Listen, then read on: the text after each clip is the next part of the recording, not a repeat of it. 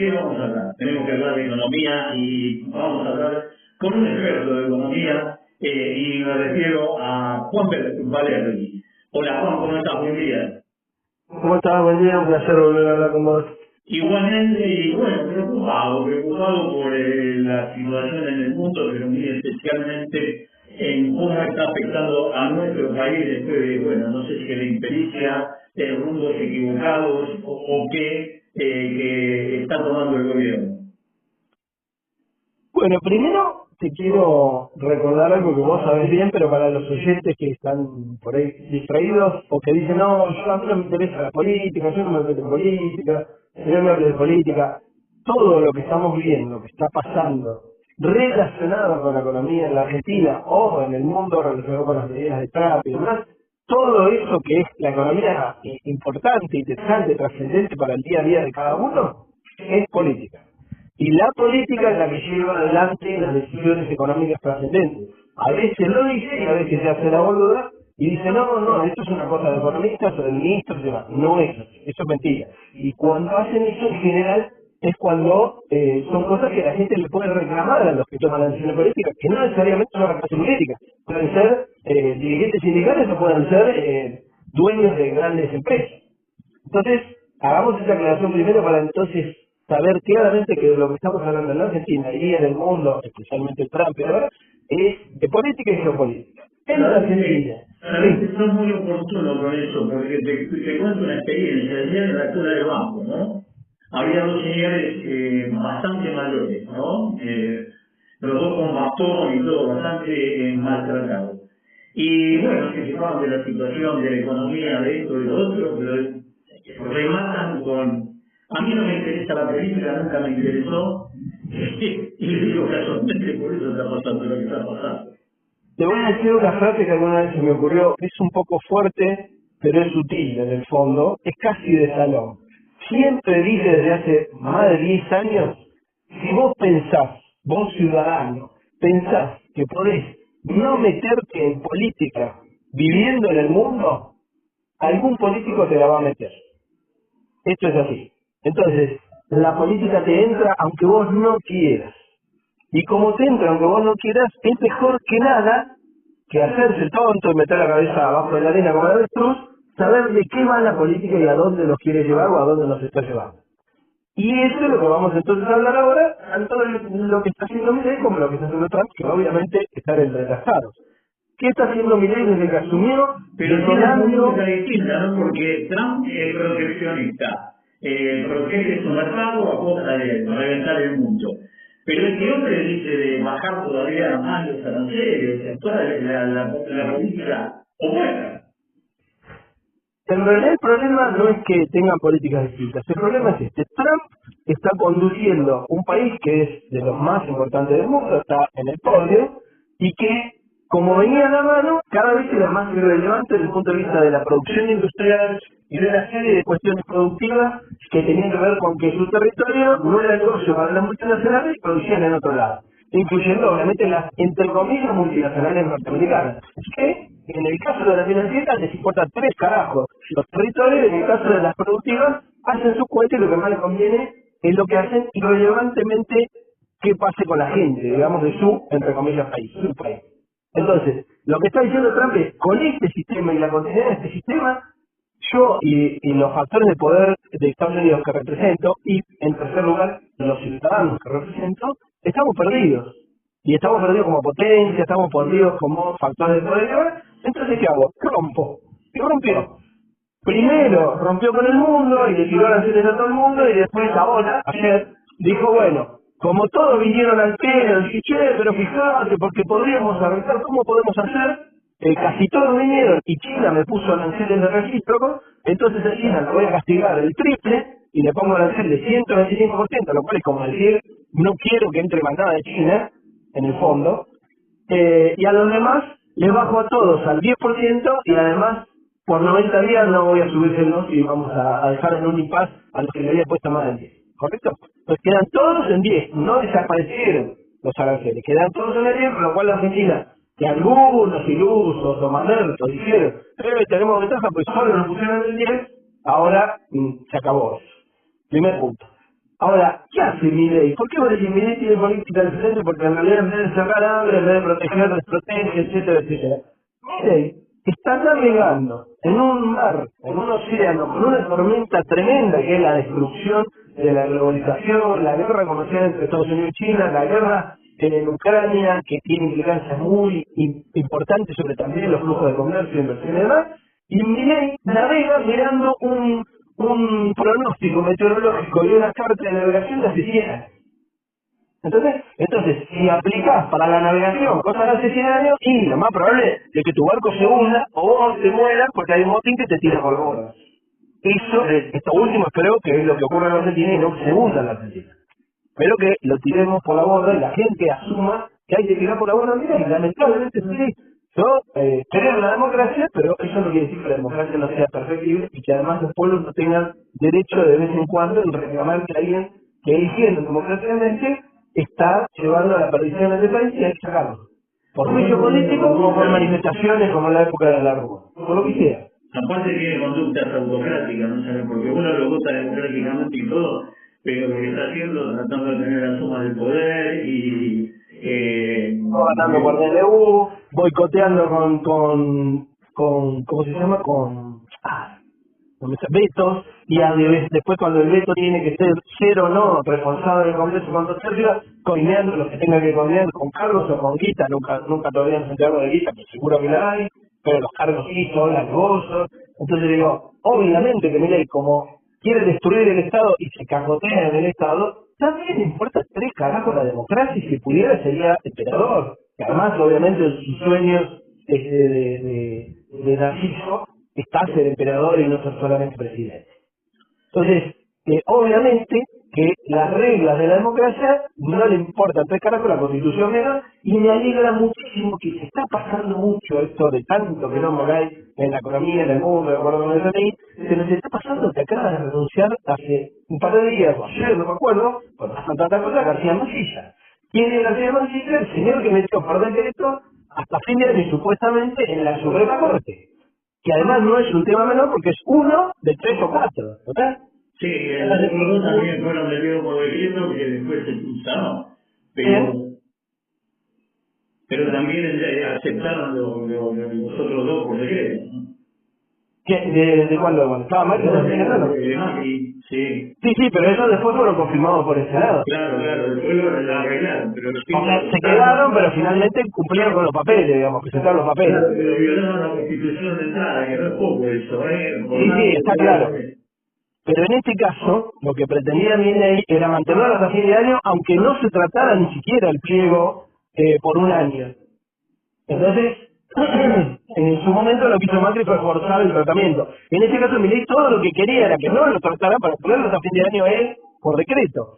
Y en realidad lo trataron y se lo rebotaron. Y obviamente García Mansilla, desde el punto de vista de alguna interpretación de la ley, podría haber quedado hasta fin de año, pero obviamente se dieron cuenta que si se quedaba se iban a cobrar el poder, porque el poder lo bajó el pulgar a Milei. Por eso estoy diciendo que esto es importante. El otro día le hayan volteado el pliego a García Mansilla al hijo, es una jugada que le dio una patada en el toque a Milei muy potente. Y esto se está pasando desapercibido. Y tiene que ver con que algunos actores de poder ya están pensando que Milei no está bueno en el medio de este equilibrio internacional, porque lo puede llevar a perder ese poder a factores económicos y de poder argentinos que lo están respaldando. No sé lo de afuera, es otra historia. Por ahí no es el caso de Macri, ¿no? Porque a Macri vos lo escuchás que le tira el caballo encima, pero deja la puerta abierta, a ver si lo puede cooptar o si lo puede entornar, ¿no? Que esa es la fragilidad por ahí que tienen todas estas estrategias, porque el PRO va para un lado, pero en cuanto el otro le afloje, va para el otro. Está bien que lo metas a Macri porque fue uno de los dos protagonistas de esa patada en el tuje que le dieron en el Congreso. Uno fue Cristina, el otro fue Macri, y le voltearon los miembros de la Corte que querían meter, y Macri va a decir, bueno, pero en realidad no va para Nacho. Si fuera por Macri lo voltea mañana, pero primero, quiere sacarle todo el jugo posible antes de que se caiga.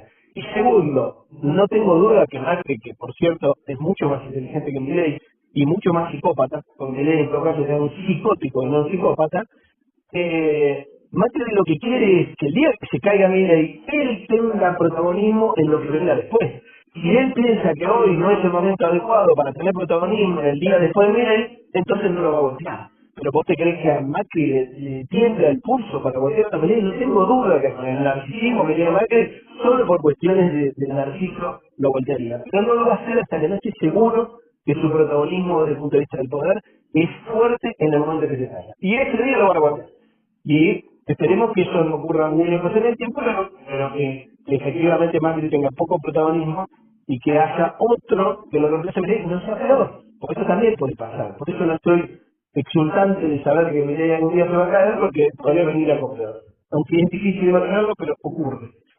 Ahora, Entonces, es importante este análisis de economista sobre el perfil psicológico, ¿no? Porque la vez pasada hablaba con Nora Merlín y ella hablaba del perfil psicológico, cómo perjudica en las acciones a la población, a todos, ¿no? Porque un tipo enfermo con problemas psicológicos hace desastre como están haciendo, ¿no?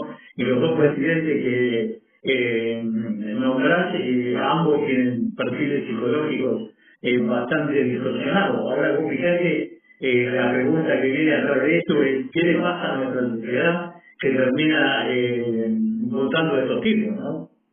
pero lo que pasa, Rubén, es esto. Sí, es fundamental. Así como hay que meter la psicología ahí, hay que meterla en un montón de otras cosas que tienen que ver con las votaciones de la gente, la sociología y demás. Es muy difícil imaginarse a alguien que psicológicamente no tenga nada intenso que lo lleve a querer ser presidente. O sea, ¿por qué? Porque para ser presidente tenés que dejar un montón de cosas atrás, incluido relaciones, familia, todas las cosas que tienen que ver con la vida de alguien, entre comillas, normal, si tal existe.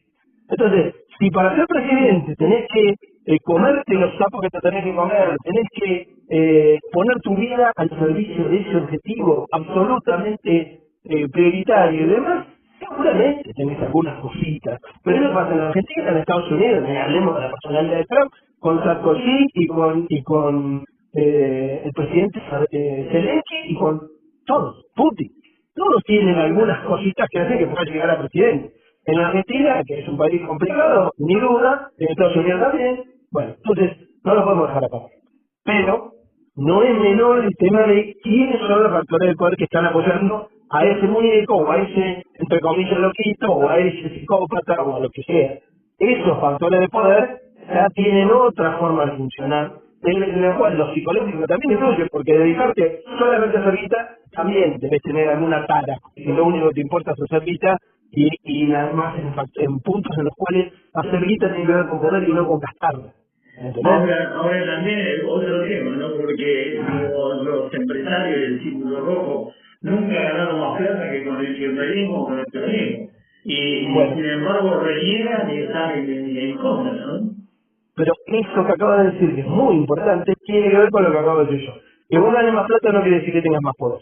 Porque vos podés estar ganando mucha plata, pero con un presidente o presidenta que de alguna manera te está acotando tu poder. Por ejemplo, hoy Trump, que tiene un protagonismo relevante. Más allá de que Trump también en la puntita de una iceberg tiene unos tipos que están atrás y que la tienen contratada y tienen un actor de poder muy pesado. Y si no, Trump ya se hubiera muerto porque la bala, en vez de pegar en la oreja, le hubiera pegado en la cabeza. Entonces digo, en Estados Unidos lo arreglan así, no es como de la Rúa que se lo han hecho. En Estados Unidos varias veces le cargaron un presidente. Si Trump fuera solo un loquito suelto y no tuviera nadie atrás importante, hace rato que estaría muerto. Entonces, lo mismo con Zelensky, ojo, Zelensky no es un loquito que no lo apoya a nadie, que se pelea con Trump y sale en internet. Alguien lo apoya.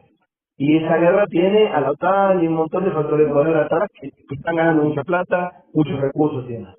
Entonces, volviendo acá, ¿qué estamos viendo ahora? Que el gobierno está desesperado por un salvavidas. ¿Quién le va a dar supuestamente el salvavidas? El mismo que le dio el salvavidas a Macri, que es el FMI. ¿Qué condiciones le pone? No sabemos todavía, porque no las van a publicar y después además tampoco probablemente nunca nos enteremos, pero entre otras, la que dijo Mauricio Kramer, que tiene sangre en el ojo porque le han hecho alguna sentadilla a algunos de los que manejan la economía actualmente en la Argentina, es que tener que cortarle el rostro a Chile. Imagínate si Estados Unidos no estará interesado en que Argentina y muchos otros le rompan relaciones a China, si está con esta guerra comercial hoy más que nunca, porque hasta hace unos días a China le han puesto el 30 y pico por ciento y a Taiwán, Japón y otros países casi lo mismo, 20 y pico por ciento y Europa también. Entonces, bueno, tan mal no le había ido a China en esa guerra. Bueno, hoy China tiene el 125% de aranceles, que no es como decir que van a hacer, es como decir no quiero que pase más un tornillo que venga de ese país, porque realmente toca todo el comercio y a lo demás se lo bajó todo el país. Entonces, que haya dicho, vos tenés que voltear el swap con China, que es un préstamo de China que tenemos, que era para establecer relaciones, mantener el fluido del comercio y demás, y si tenés que voltear eso, que están 19 millones, y te dan 20.000, ¿qué negocio bárbaro para reforzar las reservas? Te la pusieron. Entonces digo, esa discusión es central en esta colonia. Entonces, como eso no se lo van a poder dar, el gobierno argentino no puede sacar el swap porque se hunde. Vamos a ver qué otra cosa le pide el FMI y Estados Unidos a la Argentina para darle los 20.000 palos que nos salvan por unos meses. No sé si llega la selección. Ahora tengo un montón de preguntas. Primero, hay un montón de fábricas estadounidenses que fabrican en China, ¿no? Pará, no de fábricas estadounidenses, sino de multinacionales de origen estadounidense que tienen sus fábricas en China desde hace muchos años. Y entonces, si esa mercadería no entra a Estados Unidos, se joden de lo mismo. Sí, pero ahí hay un error gravísimo de la gente que estuvo analizando los últimos días el tema de los aranceles. Por ejemplo, decían, ¿cómo le van a poner a Taiwán que manda microchips unos aranceles de ese nivel y no van a poder hacer nada? No, no van a hacer nada, no. A Taiwán le habían puesto, si no recuerdo mal, el 25% o el 30%, algo así, y manda microchips que son absolutamente irreemplazables en todos los países del mundo, incluida China y Estados Unidos, que son los de última tecnología. Ahora, un chip, capaz que en un celular es fundamental, porque si no el celular no existe, igual que un avión de combate, un tanque o un auto, pero el chip, lo que pesa el chip en el valor de ese producto, capaz que es el 5% o el 3%. ¿Entendés? Entonces, ponerle una arancel de 25% a algo que pesa el 3%, no es el perímetro, lo más mínimo. No existe. Y otro ejemplo de lo que vos acabas de mencionar. El celular que vendía Apple en Estados Unidos estaba hecho en China, efectivamente, y eso no es ningún secreto. Ahora, ¿a cuánto te crees que le vende la factoría china, que además la montó Apple junto con socios chinos, si no, no se la deja poner? ¿A cuánto le venden el celular que termina vendiendo $1.000 en Estados Unidos a Apple? Por eso lo venden a 100. Entonces sacar la cuentita, 100, más lo que le puso primero a decir que eran 35, eran 135, $35 sobre 1.000, no te mueve la película. ¿Renuncias un poco a tu ganancia o subís un poquito el precio? Ahora le pusieron el 125%, entonces el celular que antes le cobraba 100, los chinos que se lo fabricaban, ahora le cobran $225. Bueno, ya te complica la vida, pero no te hace inviable vender ese celular a esos señores. Y mucho menos fabricarlo en Estados Unidos mañana, eso es imposible. Ahora, lo hace repensar a los muchachos de Apple si no van a empezar a invertir en poner una planta en Estados Unidos y empezar a discutir. ¿Qué es lo que quiere Trump? Y dice, no devolver más. Ya me pasó un mandato completo tratando de traer las cosas por las buenas. Ahora quiero que vuelvan rápido y por las malas. Y eso es lo que está negociando Trump. Y me parece muy bien. Porque los países que se desarrollaron en el mundo, incluyendo Estados Unidos, lo primero que hicieron fue proteccionismo fuerte. Inglaterra lo hizo con la revolución industrial y los cagó a los holandeses. Estados Unidos lo hizo y cagó a unos cuantos. Corea del Sur lo hizo, Japón lo hizo, China ni hablar. Entonces, digo, esta es una discusión que en el libro de Marcelo Gullo, Subordinación Fundante, que recomiendo, está descrito para cada uno de los países como lo hicieron. Y esto es básico. Obviamente nosotros vamos a contramano, estamos mirando el pronóstico meteorológico de hace 100 años, y ahí dice sol y temperatura linda, y acá viene una tormenta que nos va a llevar puesto, o se va a llevar puesto bien, pero el problema es que vamos a pagar la cuenta todos. El tema es que, bueno, esa es la cuenta, ¿no? No sé cuántos miles de millones de dólares ya se redució la deuda externa, porque no hay un mango, ¿no? Eso es lo peor. Aparte, se están debilitando las exportaciones, porque hay una tormenta perfecta, ¿no? Ahí te quiero aclarar una cosa. Primero, desde que asumió Milei no tiene acceso a los mercados internacionales de deuda, cosa que sí tuvo Macri, porque dejó el kirchnerismo desendeudado a la Argentina, y como dijo Ducrone, como estamos desendeudados podemos ir a pedir al mundo. Entonces, en 2 años, Caputo tuvieron 100.000 millones de dólares y se jugaron todos. Y después le dio el Fondo Monetario 45.000 más, que también se jugaron. ¿Ok? En el interín pagaron algo, los vencimientos de deuda, pero era menor. Poner que en esto se sumaron 100.000 millones de dólares. Ahora Milei en realidad no nos endeudó externamente por 100.000 millones de dólares más, sino que lo que hizo fue cambiar una deuda que estaba en pesos. El Banco Central tenía la famosa LELIQ, una bomba de tiempo atómica, que estaba en pesos, o sea que imprimía papel infinito y lo pagaba, y que era un gran negocio para los bancos, lo convirtió en deuda en dólares del Tesoro Argentino. Esa deuda en dólares del Tesoro Argentino casi toda está en manos todavía de entidades financieras argentinas, pero también un poquito en parte del Estado, en el Banco Nación, en el ANSES y demás, y un poco en los fondos internacionales. Entonces, no hubo un gran endeudamiento nuevo con el exterior, pero sí un endeudamiento en dólares que no lo imprime el Banco Central y no lo recauda el Tesoro, porque el Tesoro recauda en pesos, los impuestos en la Argentina y demás. Y lo poco que recauda en dólares relacionado con las retenciones o con los aranceles, está en veremos cuánto gana traer o no, porque con el BRICS, después de 3 años, no tenés que tener un puto dólar por lo que exportás. Entonces, los que dicen, nos vamos a salvar y van a cerrar los dólares cuando entre la guita del barra muerta y todo eso por el gasoducto y bla bla bla, es mentira. Dentro de 4 años el tipo que saque el gas de vaca muerta por el BRICS no va a tener que traer un dólar. Entonces ahí te quiere ver la muerte. O sea, tiende si quiere, pero si no te obligas, ya sabemos que no trae los dólares, ¿no?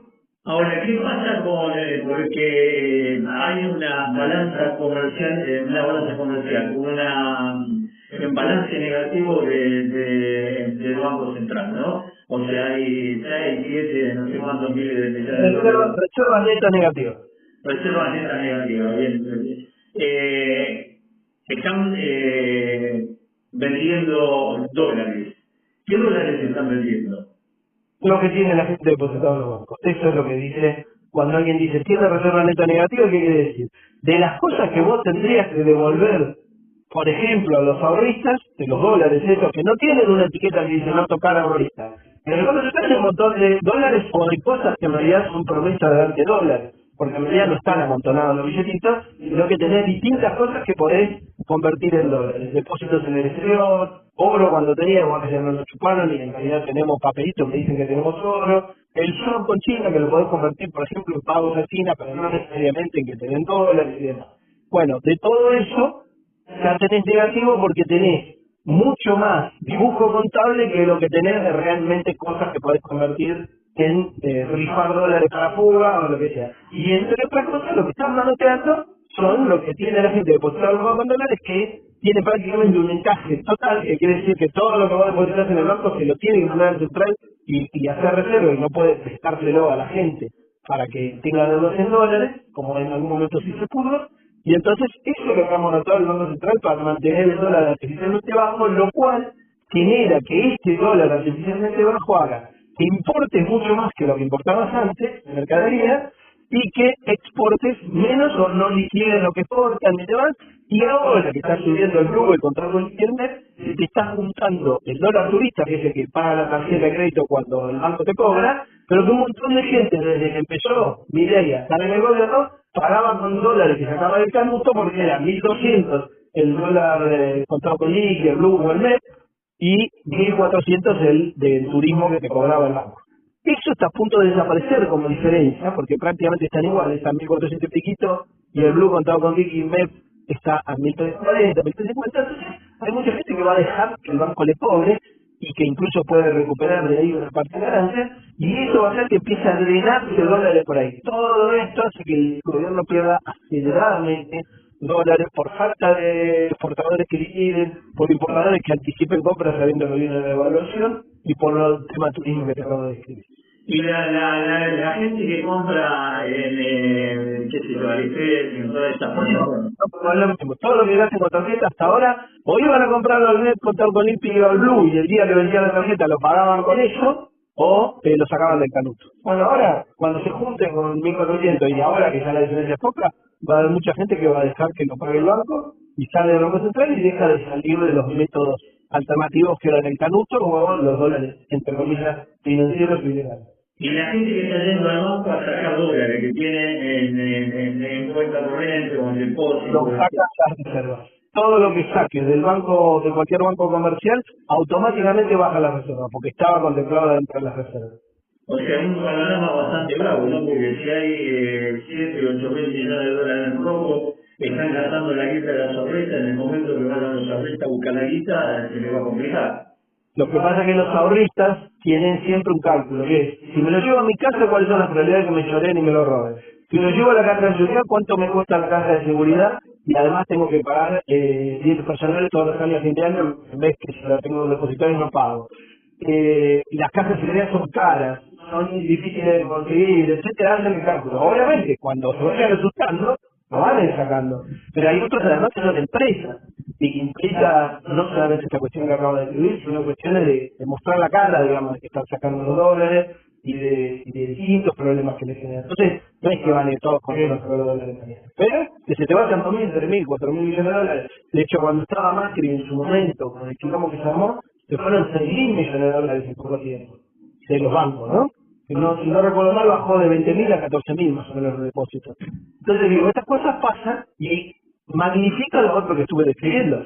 Porque cuando empecemos a importar mucho más de lo que exportamos, cosa que ya está ocurriendo, también tenés un agujero. Cuando el turismo empieza a pagar todo, no con el canuto y el dólar contado con liqui y el blue, sino con plata de los bancos, que en realidad es plata del Banco Central, también está magnificando. Entonces, por eso están desesperados porque el FMI confirme el préstamo en el directorio, porque hasta ahora es todo y hasta que el directorio no pone la firma, no existe ese préstamo, y ahí anuncian cuánto te van a dar, en qué tiempo te lo van a dar, cuánto te podés fumar, y aún en ese caso, que tener 8.000 millones de dólares para fumarte, no deja tranquilos a todos los que están jugando en este tablero hasta las elecciones, que es lo que está tratando de ganar tiempo. Por eso probablemente haya una devaluación antes de las elecciones, cosa que Milei a toda costa trata de evitar, porque se dispararía más aún la inflación de lo que ahora ya se disparó. Y para las elecciones falta un tiempo bastante, ¿no? Por lo menos para el gobierno bastante tremendo. Al ritmo que están pasando las cosas en la Argentina y en el mundo, para las elecciones falta infinito.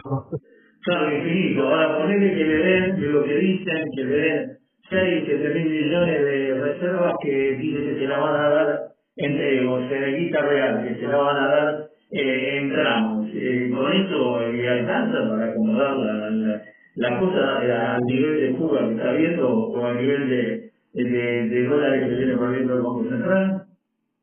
Si ahora dentro de unos pocos días, creo que 10 días, más o menos 12 días, se reúne el directorio de FMI y dice, le vamos a dar un préstamo a la Argentina, 20.000 millones de dólares a 10 años, unos 15.000 euros en realidad son para pagarnos a nosotros, pero los otros 5.000 para reforzar las reservas, pero además de los 15 que nos tienen que pagar nosotros, 3.000 se los adelantamos para que refuercen más y demás. Eso no solamente les da dólares, sino que le da una señal a los que están detrás de Milei, desde el punto de vista del poder económico argentino, o a los que están tirando a la Argentina, de que hay respaldo de Estados Unidos y del FMI. En ese orden, porque el que maneja el FMI es Estados Unidos. Si está ese respaldo, ese tipo lo va a dejar tranquilos en distintas cuestiones. Ahora, si los 20.000 vienen recontra condicionados a cosas que golpean muy fuerte el gobierno, por ejemplo, tenés que hacer flotación, que es lo mismo que devaluación, porque si te dicen, la flotación ahora a partir de ahora es de 800 pesos a 1.700, todos dicen, sí, ¿cuánto va a tardar en irse a 1.700 el dólar? Entonces, ¿cuánto va a tardar en dispararse la inflación? Y aparte acá sabemos, si se va a 1.700 y después baja a 1.300, igual los precios quedan como si estuviera siempre a 1.700, con lo cual la inflación se te va a ganar igual. ¿Cuánto va a ocurrir eso? Y al mismo tiempo, si le están dando esto y le piden que rompa con China, que es un comprador fundamental de nuestro comercio exterior y que nos dio el shock, le están dando una ayuda que es una ley de plomo. Entonces ahí se juega casi en contra que el FMI te dé ese préstamo con esa condición. Aparte, bueno, el capital da 3,2%, que vos ves, te dicen 3,2 debe ser el 6,4, ¿no? No, porque además es el 3,2 de marzo. Y el quilombo de la fuga y de que empezó a subir el dólar, el quilombo de que el central empezó a vender aceleradamente, empezó a pasar, si no recuerdo mal, en la última semana de marzo, más o menos, o del 20 de marzo en adelante, con lo cual el impacto lleno, fuerte de esta suba de los precios que ya estamos viendo los que hacemos las compras, es en abril. Y vamos a ver cuando abril. 3,2 sería optimista para abril. Estaban hablando de que están importando carne de Brasil, ¿no? El país de la carne que están importando carne de Brasil. Debe ser por los costos de producción, ¿no? Con el dólar artificial que tenés, con la guerra comercial que hay en el mundo, van a aparecer cosas insólitas como puede ser esto que decís vos, carne de China o de Brasil, o tomates enlatados de China, que hace poco escuché a alguien que era uno de los grandes productores de tomate enlatado en Argentina y dijo que el gran problema que tenían era el tomate enlatado que venía de China. Y estamos importando naranja de Valencia, España, ¿entendés? Entonces digo, evidentemente la Argentina desde el punto de vista del valor del dólar está desquiciada. Y el problema es que está desquiciada en los precios de las cosas en dólares, pero también está desquiciada en la caída que tuvo los salarios en dólares. Entonces tenemos salarios americanos con precios de Noruega.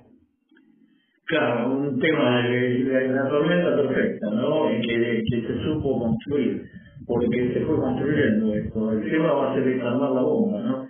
Ahí va a estar el mecanismo, va a estar complicado. Bueno, lo único... Esta es otra de las razones por las que por ahí todavía no lo quieren liquidar del todo al gobierno de Milei y que renuncia a hacer el juicio político o internarlo por insanía, es porque si esto es una bomba que va a explotar, bueno, que le explote al mismo que la estuvo activando y agrandando, que es Milei, y después vemos que hacemos con el loco. ¿Qué tema? Juan, muchísimas gracias por tu tiempo. Me quedaría toda la mañana hablando porque es muy interesante lo que está diciendo, pero no te quiero distraer más. Siempre es un placer charlar con vos y vamos a tener mucho de que hablar lamentablemente en los próximos tiempos. El día que no tengamos de que hablar de economía y política, porque está todo normalizado, lo veo lejos en el horizonte. Un abrazo. Abrazo grande, hasta la próxima. Bueno, la verdad que muy interesante.